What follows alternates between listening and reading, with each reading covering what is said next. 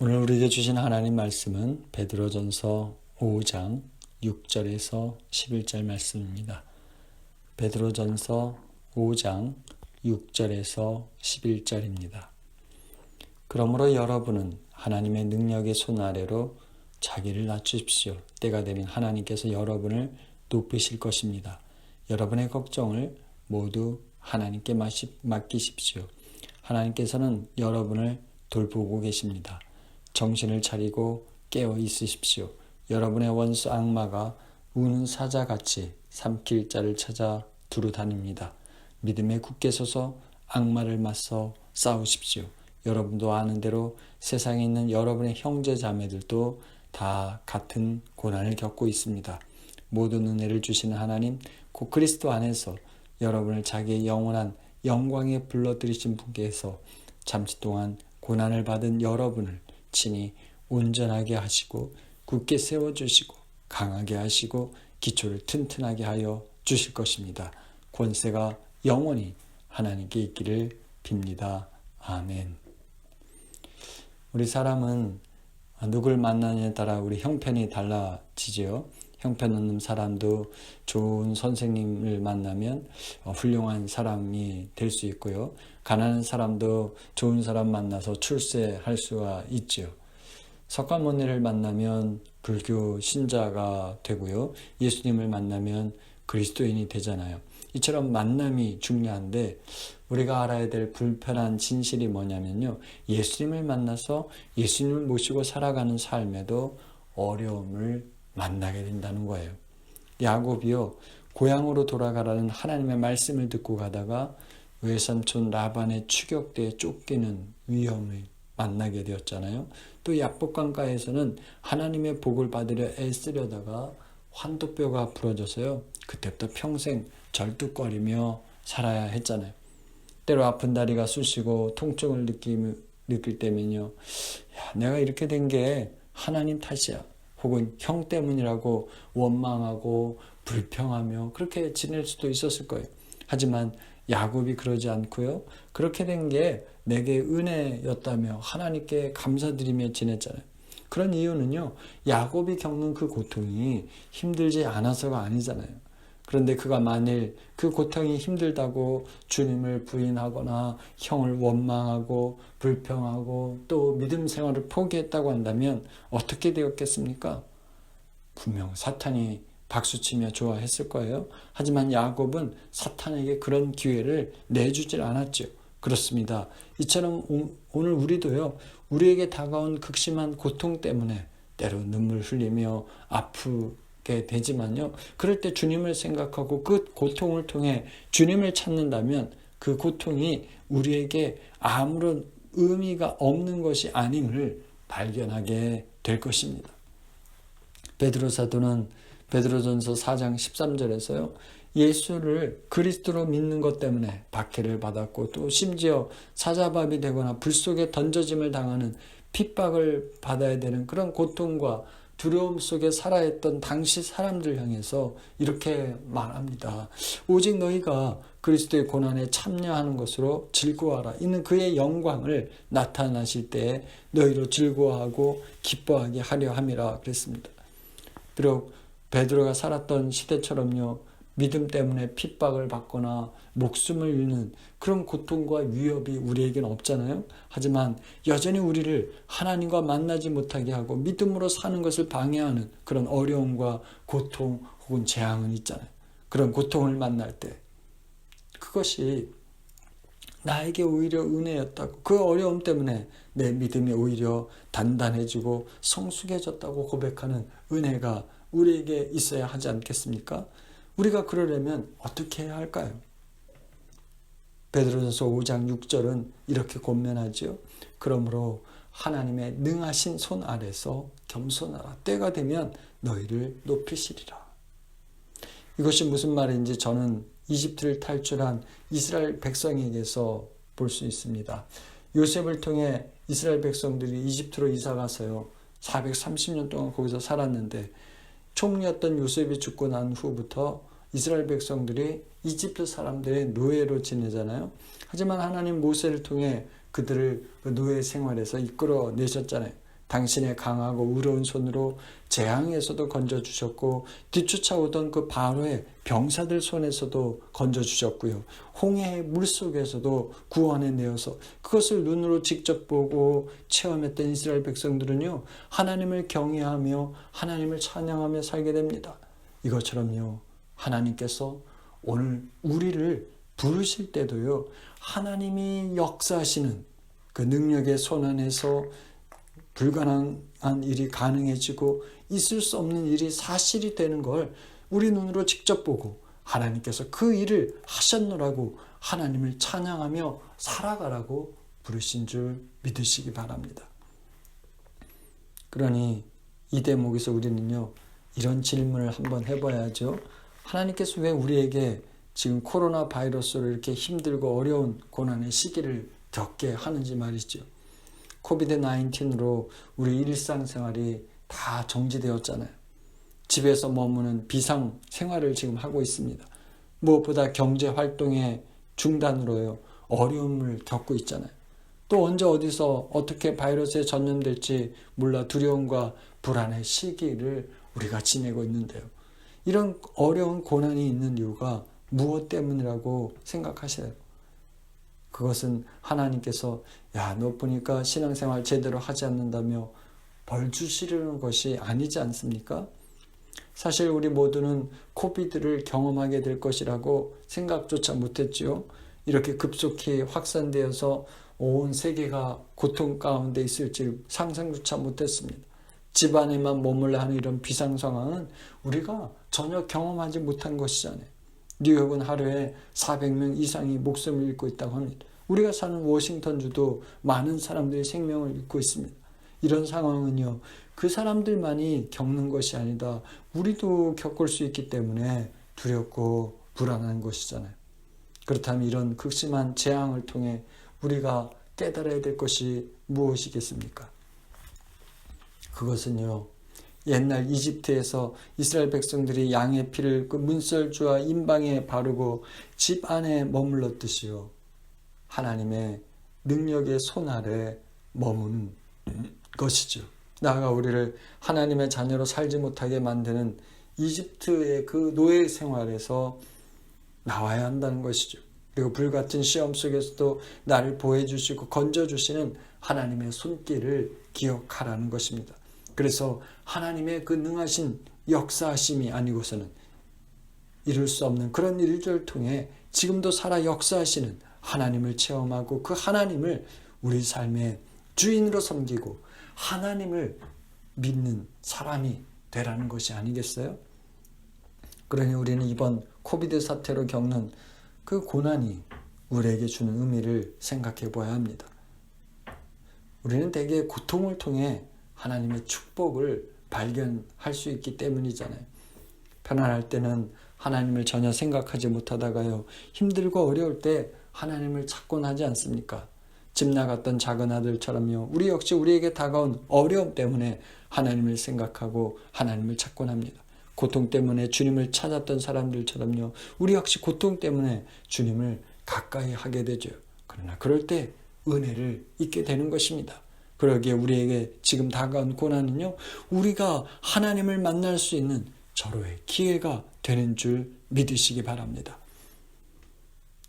지금 우리는 코로나 바이러스로 함께 모여 예배 드리지 못하고 있잖아요.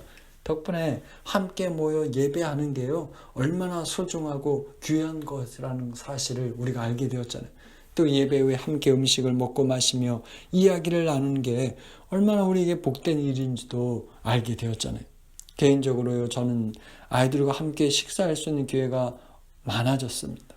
전에는 함께 먹을 수 있는 기회가 일주일에 고작 한두 번이었는데, 아침에 아이들은 학교 가고요, 또 직장 가고, 저는 오후에 일을 나가면 함께 먹을 수 있는 기회는 주말에나 가능했잖아요.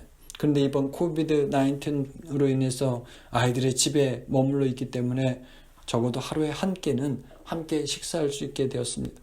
동시에 서로 이야기 나눌 수 있는 기회도 많아졌지요. 게다가 주일이면 가정 예배로 드리는데 함께 말씀을 읽고 생각을 나누고 함께 기도합니다. 이런 생각을 하게 되니까 옛날 제가 어릴 때 교회에서 속죄로 모였던 것들이 생각이 났어요. 일주일에 한 차례 가정마다 돌아가며 속죄로 모였잖아요. 저 같은 어린아이들을 포함해 대개 10명 미만이 모였습니다. 속장의 인도를 따라 한 주간 있었던 일들을 이야기했고요. 서로 기도 제목들을 내놓고 함께 기도했습니다. 함께 음식을 먹었고요. 함께 찬송을 불렀고 함께 예배를 드렸어요. 저는 이번 코비드 사태를 통해서 이런 은혜의 기회가 우리 교회에 또 우리 삶에 더욱 있어지길 기대하며 축복합니다. 물론 우리 가운데는요, 믿음 생활을 하면서도 아직 하나님의 손길을 경험하지 못한 분들도 있을 것입니다. 그렇다면 지금 내가 어떤 영적 상태인지를 한번 점검해 보아야 합니다. 여전히 하나님을 섬기지 못하는 그 20대에 살고 있기 때문에 노예로 지내고 있지는 않는지요.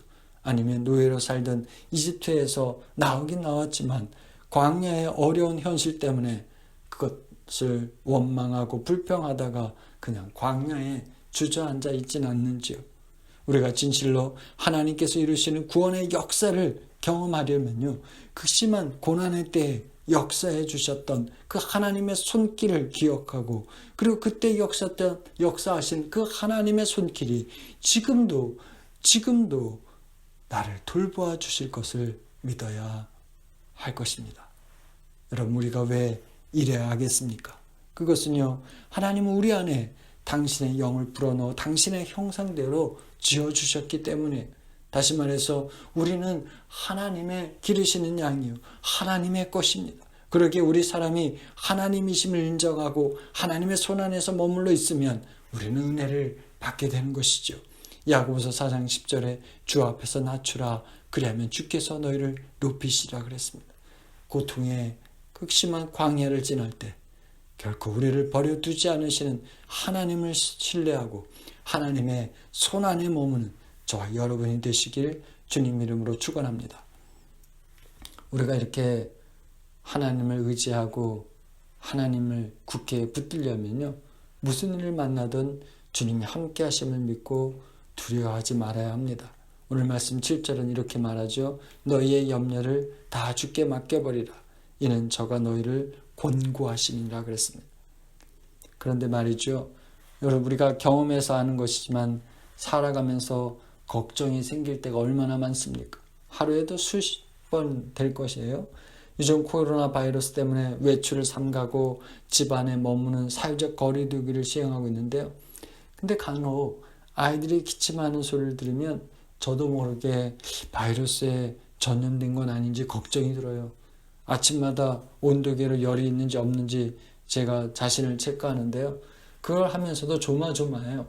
제가 왜 이러는 겁니까? 그렇죠. 바이러스에 감염되는 게 두렵기 때문에 걱정하는 것이잖아요. 그래서 그런 걱정이 생길 때마다 주님의 이름을 부르며 도움을 구하곤 하죠. 그런데 주님께 우리가 염려를 다 맡긴다는 것이요, 우리가 할 수 있는 일마저 멈추는 것을 말하진 않습니다. 예를 들어 코로나 바이러스 확산을 차단하기 위해 사회적 거리두기를 시행하고 있고 마스크를 쓰고 비누나 세정제로 손을 씻고 있잖아요. 그런데 나는 믿음이 강하고 내 염려를 주님께 다 맡겼기 때문에 마스크를 쓰지 않아도 된다거나 손을 씻지 않아도 괜찮다거나 사회적 거리두기도 필요 없다는 그런 태도를 취한다면 그것은 오해지요. 그건 믿음이 아닙니다.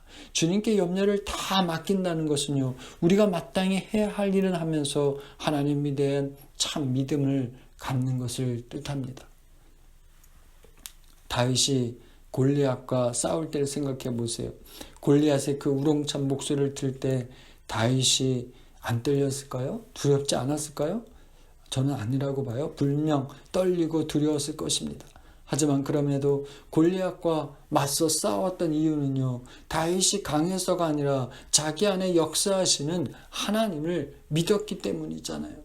시편 46편 1, 3절에 하나님은 우리의 피난처시요 힘이시요 환난 중에 만날 큰 도움이시라.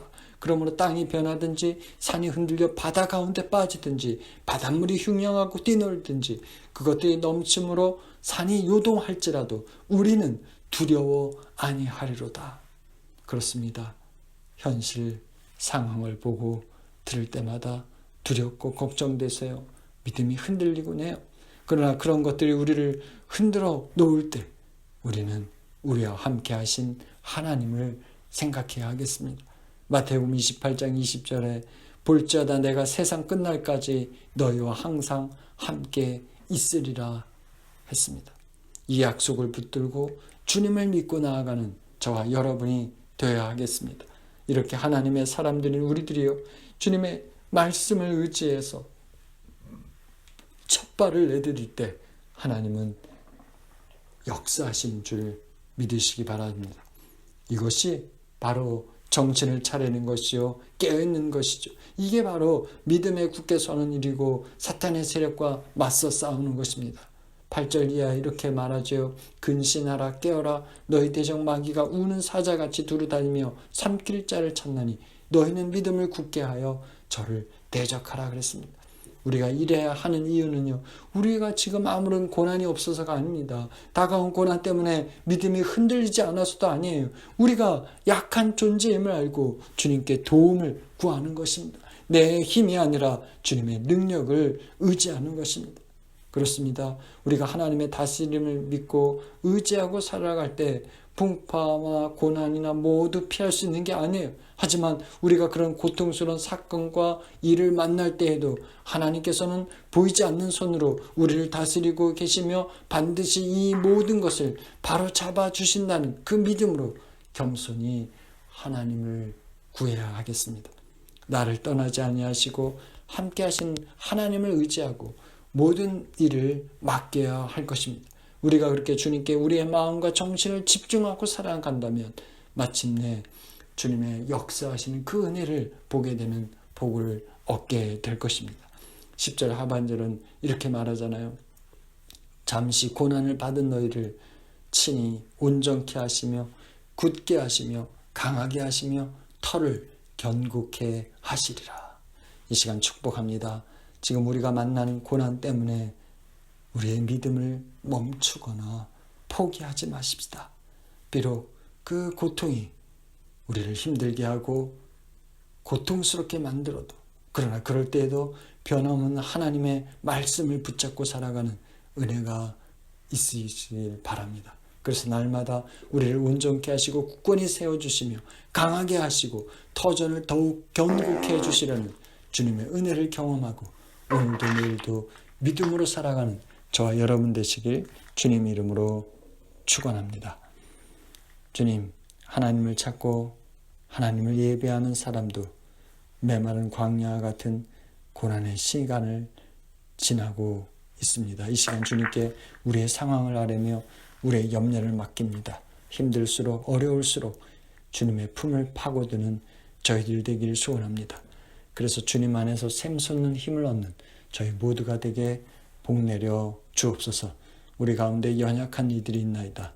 경제적으로 어려움에 처한 분들이 있고 몸이 불편한 분들이 있습니다. 바이러스의 위협을 무릅쓰고 일터에 나가는 분들도 있습니다. 바이러스로 고생 중인 분들도 있습니다. 이 모든 분들에게 주님의 위로가 필요합니다. 주님의 손길이 필요합니다. 주님의 의로운 손으로 만져주옵소서, 돌보아 주옵소서, 치료해 주옵소서. 이 모든 기도를 주님께 올려드리며 우리 주 예수 그리스도의 이름으로 기도합니다.